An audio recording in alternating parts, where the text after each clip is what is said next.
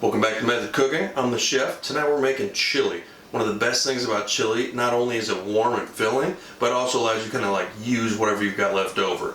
So even though I don't have a recipe, don't use recipes, I've got some green onions, some leeks, some carrots. Carrots and chili, I'm going to use a shredder and a grater to grate them up. You barely even know they're there, but I'm going to use them up, get the health benefits from it, and the flavor isn't going to overtake any of the granulated onion or garlic, chili powder, or paprika that we're going to add to it.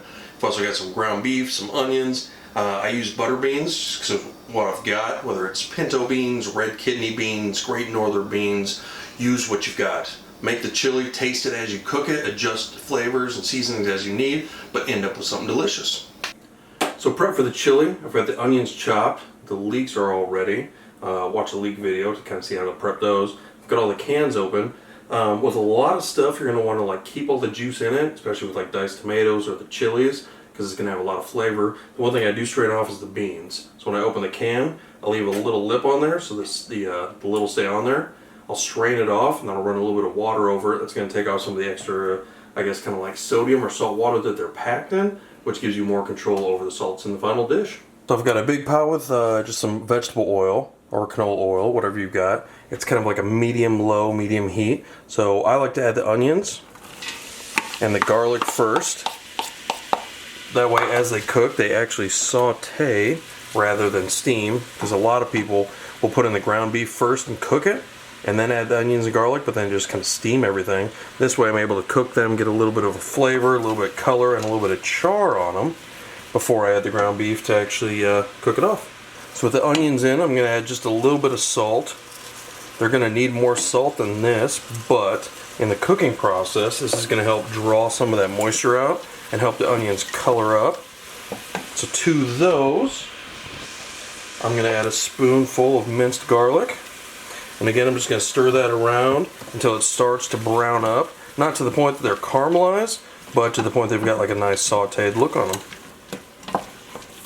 Now that the onions and garlic are starting to like go almost translucent, not quite brown, we're going to add the carrots that we shredded because we had some extra in the fridge, as well as the leeks. They don't need to cook as long as everything else, so we're going to add those a little bit later. But again, with method cooking, it's a matter of just like what you like and what you have. If you don't like onions, don't use them. If you don't like carrots and absolutely hate the flavor, no matter what, don't put them in. But if you've got it and you don't want to throw it away, this is a good place to kind of drop them off and end up with it something delicious.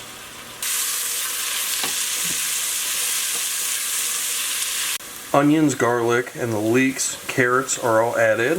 We saute those for a little bit, and it's almost got like a roasted smell right now. You start to see everything go more translucent. So we're going to add the ground beef, get that sauteed a little bit before we add the beef broth and the diced tomatoes.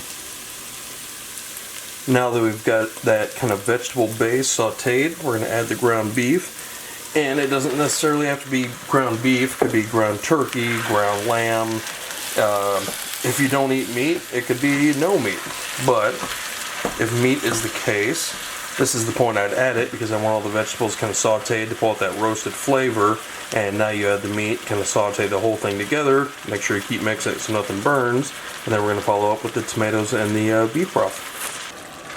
As the meat starts to brown, I keep stirring it up and breaking up any chunks so that we've got a nice even mixture of meat once the chili is finished. And here in a second, we're going to add the beans, diced tomatoes, and beef broth. So with the vegetables kind of translucent and sauteed, the beef is probably like 90-95% done. We're going to come in with a little bit of tomato paste, and again, this is method cooking, so if you got it, use it. If you don't even worry about it. At the end of the day, it's all about flavor. So we're going to stir up that tomato paste, come in with some of our seasoning. Again, this is my flavor preference, and I would go small and then work up to it, and by that I mean add a little bit, and at the end of it, you can adjust the seasoning, so if there's not enough of X or not enough of Y, you can add it at the end so it tastes good. So a little bit of black pepper, a little bit of salt. We already did onion and garlic, so we're going to come in with a little bit of paprika. Paprika has got a little bit of flavor, but I like that red color that it gives it. And then obviously some chili powder. We're going to get this stirred up. If it comes out of the container, there we go. Get that stirred up. Starting to smell more and more like chili. Once that's added, coming with some diced tomatoes. And again, just kind of like stirring, getting everything mixed up. Behind the diced tomatoes, some of those butter beans that we had kind of strained off.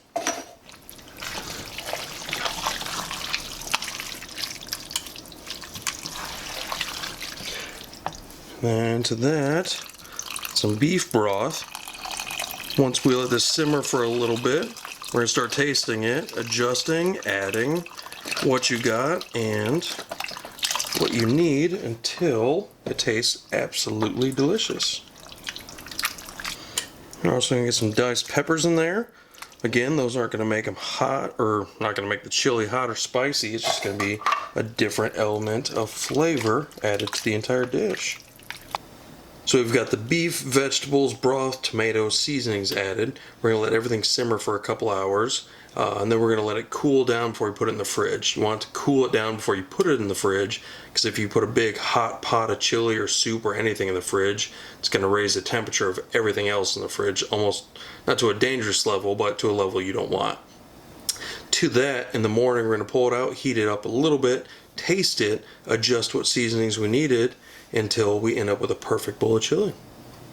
So I let the chili sit in the fridge overnight, brought it kind of back up to temp just so it's warm enough to taste. So at this point I'm going to taste it if I need more salt, need more pepper, chili powder, onion powder, whatever it is, but I want to make it tasty to the point that I like it.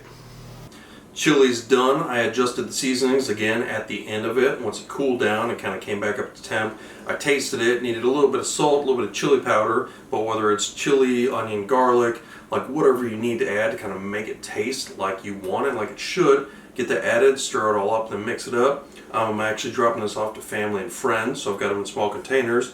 I've got a little bit for the house, and then the little bit I've got left over I put in a Ziploc bag, and I flattened it out. When I put it in the freezer, I'm going to put it flat so that when it freezes, it'll freeze quicker when it's that flat, and then when I go to thaw it out, it'll thaw a lot quicker, and it's also not going to take a bunch of space in the freezer. Do, re, mi, fa, so. Now that the chili is all done, we're going to let it cool down. If you do pop it in the fridge for a little bit, all that oil that's on the top is going to solidify, and you can almost scoop it off if you want to get rid of that extra fat. But we're going to let everything cool down, label it. I put the name and the date on it. A lot of people just put the date and toss it in the freezer because it's like, oh, I know what this is. But in 6 months, 8 months, a year, and you go to pull it out or look at it, you have absolutely no idea what it is. So a quick little label, what it is, the date, pop it in the freezer. This is method cooking, chili. Use what you got, make it taste delicious, and I'll see you next time.